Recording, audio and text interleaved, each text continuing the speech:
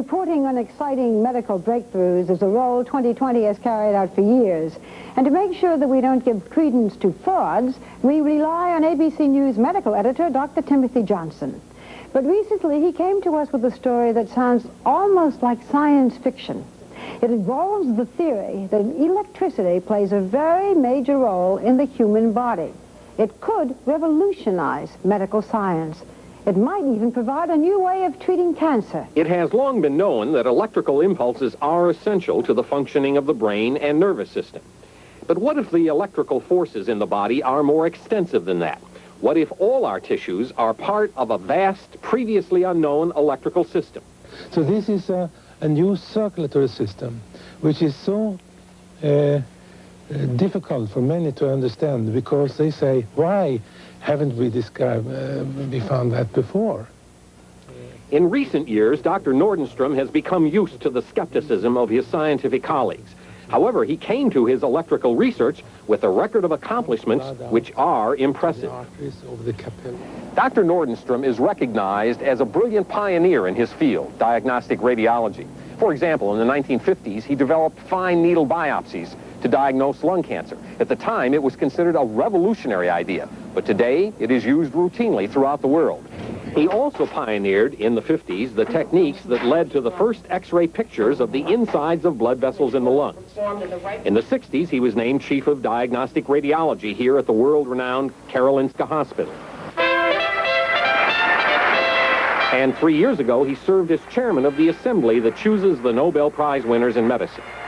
Dr. John Austin, a radiologist at Columbia in New York, says Dr. Nordenström's credentials are rock solid. Oh, yes. He says has not just impeccable credentials, but really extraordinary credentials. Without his past reputation, Dr. Nordenström probably would not have been allowed to take his theory about electrical forces in the body and apply it to the treatment of cancer.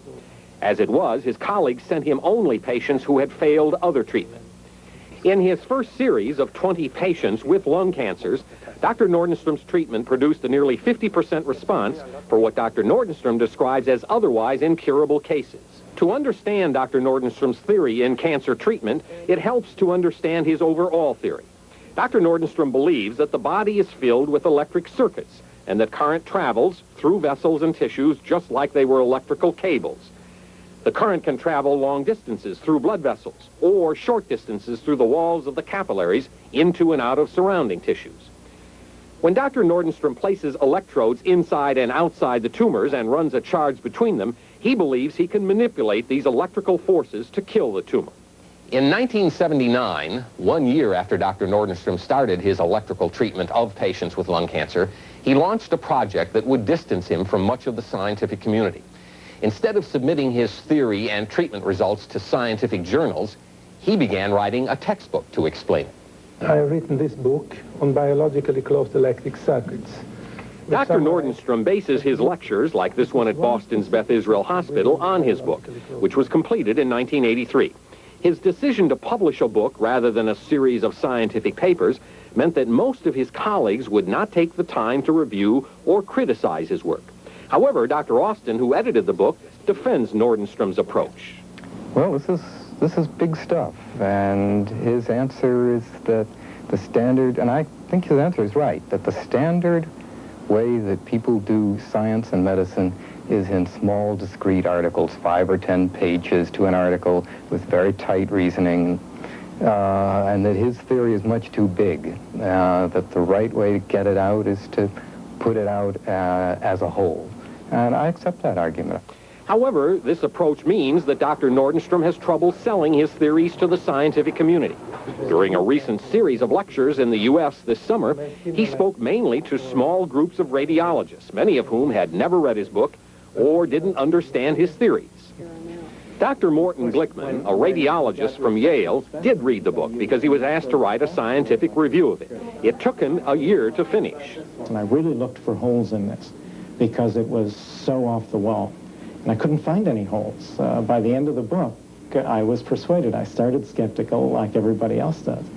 But it just was very careful, very thorough, complete, and eminently persuasive. In addition, several doctors in Italy have tried Dr. Nordenström's techniques on cancer patients. For the past year and a half, Dr. Giuseppe Gasso, an oncologist in private practice in Catania, has treated 30 patients with cancers of the lung, breast, mouth, and neck glands. Sì, certo, io penso che... We can say that this is a therapy that we have definitely found extremely satisfactory, and we are more and more amazed at the results we obtain. This is far from saying that this constitutes a miraculous therapy.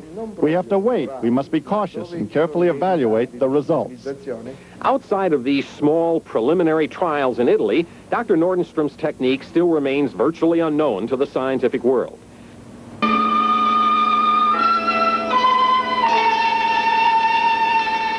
And so, Dr. Nordenström has decided to turn to China.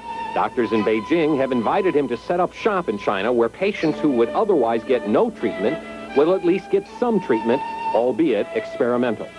And they want me to train Chinese people to do the treatment, because they have 4 million cancer cases and they cannot take care of everything.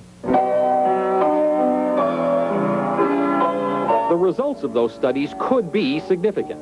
But for now, Dr. Nordenström remains a giant scientific question mark, and we are left only to speculate. If he's wrong, he at least will have stimulated scientists to look anew at electricity in biological systems.